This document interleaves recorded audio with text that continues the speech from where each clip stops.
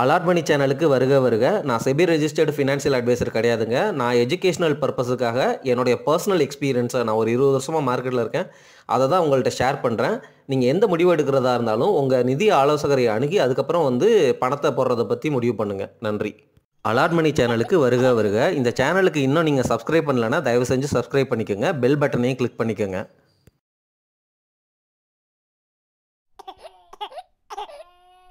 இந்த வீடியோ பதிவில் Peter lynch stock screener அப்படின்னு சொல்லப்படுகிற லிஸ்ட் ஆஃப் ஸ்டாக்ஸை ஸ்க்ரீனர் சைட்டில் இருந்து நான் எடுத்துருக்குறேங்க. இந்த ஸ்டாக்ஸ் எல்லாமே என்னுடைய ரெக்கமெண்டேஷன் கிடையாது. அந்த சைட்டில் இப்படி ஒரு ஸ்டாக் ஸ்க்ரீனர் இருக்குது. பீட்டர் லிஞ்சுங்கிறவர் ரொம்ப ரொம்ப ஃபேமஸ் ஆனவர். அவரை பற்றி நம்ம நிறைய வீடியோக்கள் நம்ம சேனல்லே போட்டிருக்கிறோம். போய் பாருங்கள். அவருடைய பெர்ஃபார்மன்ஸ் என்ன அப்படிங்கிறதெல்லாம் சூப்பராக சொல்லியிருக்கிறோம். அவர் S&P 500 அப்படிங்கிற யூஎஸில் உள்ள இண்டெக்ஸையே 13 வருஷத்துக்கு பீட் பண்ணி 29% CAGR growth யூஎஸ்லேயே கொடுத்துருக்கிறாரு. அப்படிங்கிற மிகப்பெரிய ஃபண்ட் மேனேஜர். அவருடைய ஃபண்டமெண்டல் பிரின்சிபலை பேஸ் பண்ணி நாங்கள் ஸ்டாக் ஸ்க்ரீன் பண்ணியிருக்கிறோம். அப்படிங்கிறது தான் இந்த லிஸ்ட் ஆஃப் ஸ்டாக்ஸ் மீன் பண்ணுது. சரி, இவங்க என்ன சொல்கிறாங்க அப்படின்னா, இந்த கம்பெனிஸ் எல்லாம் ஃபாஸ்ட் க்ரோவர்ஸ், கன்சிஸ்டன்ட்லி ப்ராஃபிட்டபிள், அதாவது ரிலேட்டிவ்லி யாருக்கும் தெரியலை, அதே சமயம் கடன் கம்மியாக இருக்குது, அதே சமயம் ரீசனபிளாக ப்ரைஸாக இருக்குது அப்படிங்கிற மாதிரியும் இவங்க இந்த ஸ்க்ரீனர் சைட்டில் போட்டிருக்கிறாங்க. சரிங்களா? நான் இதிலெல்லாம் இன்வெஸ்ட் பண்ணுவேனா அப்படின்னா கிடையவே கிடையாது. நான் நம்மளுடைய ஃபண்டமெண்டல் அனாலிசிஸ் போட்டிருக்கிறேன் பார்த்தீங்களா, அதை பேஸ் பண்ணி இண்டிவிஜுவல் ஸ்டாக்ஸை எடுத்து அதுக்கப்புறம் நான் கம்ஃபர்டபுளாக இருந்தால் தான், எனக்கு புரிஞ்சால் தான் நான் இன்வெஸ்ட் பண்ணுவேன். இது ரெக்கமெண்டேஷன் கிடையாது. இப்படி ஒரு ஸ்டாக் ஸ்க்ரீனர் இருக்குது. நீங்கள் கூட இந்த ஸ்டாக் ஸ்க்ரீனரை யூஸ் பண்ணிக்கலாம். இந்த ஸ்டாக் ஸ்க்ரீனரை எப்படி எடுக்கிறாங்க அப்படிங்கிறதுனா, இந்த கொரிஸ் பேஸ் பண்ணி எடுக்கிறாங்க. அந்த கொரி என்ன, இந்த பீட்டர் லிஞ்ச் அவங்களுடைய கொரி என்ன அப்படிங்கிறதையும் நான் உங்களுக்கு காட்டிடுறேன்.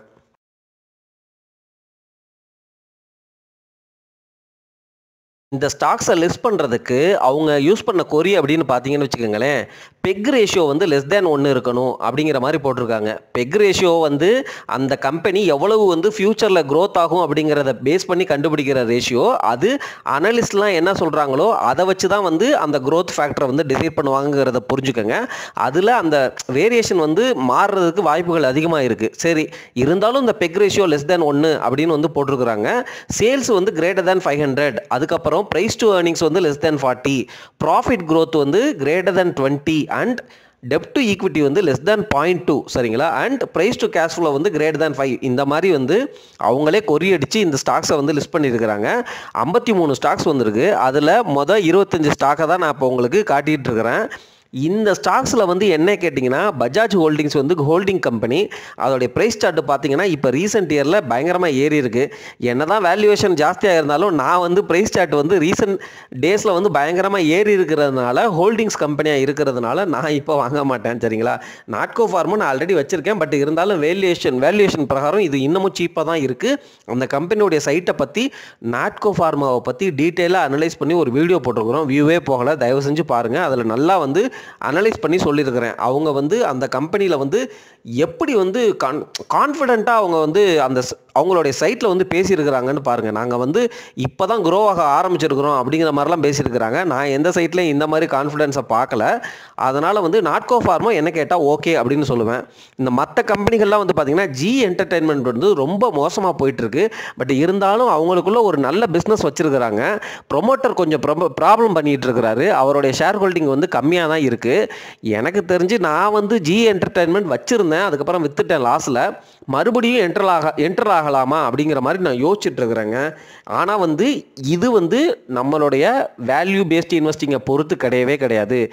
ஜி என்டர்டெயின்மெண்ட்ங்கிறது என்னுடைய பியூர் ரிஸ்க் பெட்டு, நான் கேம்பிள் தான் பண்ணுறேன் அப்படிங்கிற ஸ்ட்ராட்டஜியில் தான் ஜி என்டர்டெயின்மெண்ட்டை நான் திங்க் பண்ணுறேன். புரியுதுங்களா? இதில் நம்மளுடைய நார்மல் கான்செப்டே அடிவிட்டு போயிடும். என்னுடைய திங்கிங்கை நான் உங்கள்கிட்ட ஷேர் பண்ணுறேன். சரியாக புரிஞ்சுக்கோங்க. சரிங்களா? ஃபோர்ஸ் மோட்டார் நான் கொரோனா டைமில் 1 ஸ்டாக்கோ 2 ஸ்டாக்கோ வச்சுருந்து அதுக்கப்புறம் விற்றுட்டேன். இப்போவும் இது பீட்டர் லிஞ்ச் ஸ்டாக் ஸ்க்ரீனில் இருக்குது. பட் ஆனால் நான் ஃபோர்ஸ் மோட்டார் வாங்குறதுக்கு பதிலாக மற்ற நல்ல குவாலிட்டியான கம்பெனிஸ் வாங்குவேன். மாயில்லாம் கண்டிப்பாக கவர்மெண்ட் கம்பெனி நான் ஒரு காலத்தில் வச்சுருந்தேன். அதுக்கப்புறம் வாங்குறதே கிடையாது, கண்டிப்பாக வாங்க மாட்டேன். ராலிஸ் இந்தியா நான் கொஞ்சம் வச்சுருக்கிறேன் போர்ஷன். அது டாட்டா பேஸ்டு அந்த ஃபெர்டிலைசர் கம்பெனி அப்படிங்கிற மாதிரி யோசித்து நான் வாங்கினேன்னு நினைக்கிறேன். கொஞ்சோன்னு ஒரு போர்ஷன் வச்சுருக்கிறேங்க. மற்றபடி எனக்கு தெரிஞ்சு பெரிய கம்பெனிகள் நீங்கள் இதை அனலைஸ் பண்ணுங்கள் இந்த லிஸ்ட்டை. சரிங்களா? நம்ம சப்ஸ்கிரைபராக இருந்தீங்கன்னா நீங்கள் Warren Buffett, Peter Lynch, Charlie Munger, Benjamin Graham இவங்கள பற்றி தெரிஞ்சுக்கங்க. இவங்களுடைய இன்வெஸ்ட்மெண்ட் ரூல்ஸ் பிரின்சிபல்ஸ் பற்றி புரிஞ்சுக்கங்க. நம்ம சேனல்லே நிறைய வீடியோஸ் போட்டிருக்கிறோம். அட்லீஸ்ட் அதை வந்து பார்த்து எனக்கு கொஞ்சம் ஹெல்ப் பண்ணுங்கள், சரிங்களா? அது மட்டும் இல்லாமல் நம்ம பண்ணுறது எல்லாமே வேல்யூ பேஸ்டு இன்வெஸ்டிங். நம்மளுடைய ஸ்ட்ராட்டஜி எல்லாமே இந்த ஸ்டாக்குக்கு இந்த விலை வந்து ஓகேவா அப்படின்னு யோசித்து முதலீடு பண்ணுறோம். லிக்விடிட்டி அதிகமாக இருக்கா, இல்லை வந்து மார்க்கெட் என்ன நினைக்குது, அதை பற்றியெல்லாம் கேர் பண்ணுறதே கிடையாது. அதுதான் வந்து நம்மளுடைய கோர் ஸ்ட்ராட்டஜி. சூப்பராக வந்து டெப்ட்டை பற்றியும் கேஷ் ஃப்ளோ பற்றியும் எபிட்டா மற்ற அதர் ரேஷியோஸ் பேலன்ஸ் ஷீட்டு இதை பற்றியெல்லாம் நிறைய வீடியோஸ் ஒவ்வொரு ஸ்டாக்கை எடுத்தும் அனலைஸ் பண்ணியும் ஜென்ரிக்காக பேசியும் நிறையா வீடியோ போட்டிருக்கோம். அதெல்லாம் வந்து தயவு செஞ்சு பாருங்கள், வியூஸை கொஞ்சம் இன்க்ரீஸ் பண்ணுங்கள், சரிங்களா? ஏன்னா வந்து நான் வந்து நல்லா போட்டிருக்கேன் அப்படின்னு நினைக்கிற வீடியோக்கெல்லாம் வந்து வியூஸ் போகலை. நானே வந்து எனக்கே தெரியுது நான் கொஞ்சம் வளவலன்னு பேசியிருக்கிறேன்னு. அதில் வந்து ஸ்லைட்டாக பெட்டராக வந்து வியூஸ் போயிருக்குது. எந்த வீடியோ எப்படி போகுதுன்னு எனக்கே தெரிய மாட்டேங்குது. So support, subscribe and comment on this channel, சரிங்களா? உங்களுடைய ஃபீட்பேக்கு வந்து கொடுக்க தான் நான் இன்னும் இம்ப்ரவைஸ் பண்ணுவேன். இன்னும் சப்ஸ்கிரைபர் பேஸ் இன்க்ரீஸ் ஆகட்டும். புது பொலிவுடன் வந்து மற்ற வீடியோ சேனலில் போடுற மாதிரியே நம்மளும் வந்து வீடியோ போட ஆரம்பிக்கலாம். சப்ஸ்கிரைபர் கவுண்ட்லாம் வந்து நிறையா போயிடுச்சு அப்படின்னா, சரிங்களா? நன்றி.